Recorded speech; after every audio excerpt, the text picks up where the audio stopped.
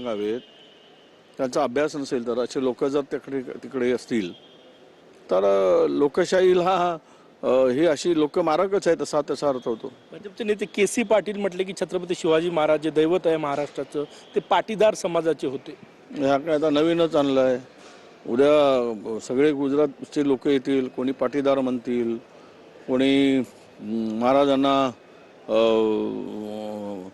ते महाराजांचं आवडतं खाद्य हे ते सांगतील की काय म्हणतात त्याला फाफडा वगैरे होता असंही सांगतील. काय म्हणजे मतांसाठी काय पण बोलून महाराजांचा अवमान करणं सातत्यानं या राज्यामध्ये सुरू आहे. आणि खरं तर हा कुठून जावई शोध त्या पाटीलनी लावला आहे पाटीदार समाजाचा मला माहीत नाही. इतिहास ते वाचत नाहीत, निवळ बरडायचं काम करतात आणि या बरडणाऱ्या लोकांच्या तोंडाला काय आता कुलूप राहिलं नाही, काही बंधन राहिलेलं नाही असंच त्याचा अर्थ होतो. ठाकरे बंधूंची मुलाखत आहे, त्याला उत्तर द्यायला मुख्यमंत्र्यांची मुलाखत आहे. काँग्रेसतर्फेही काही मुलाखतीचं काय आयोजन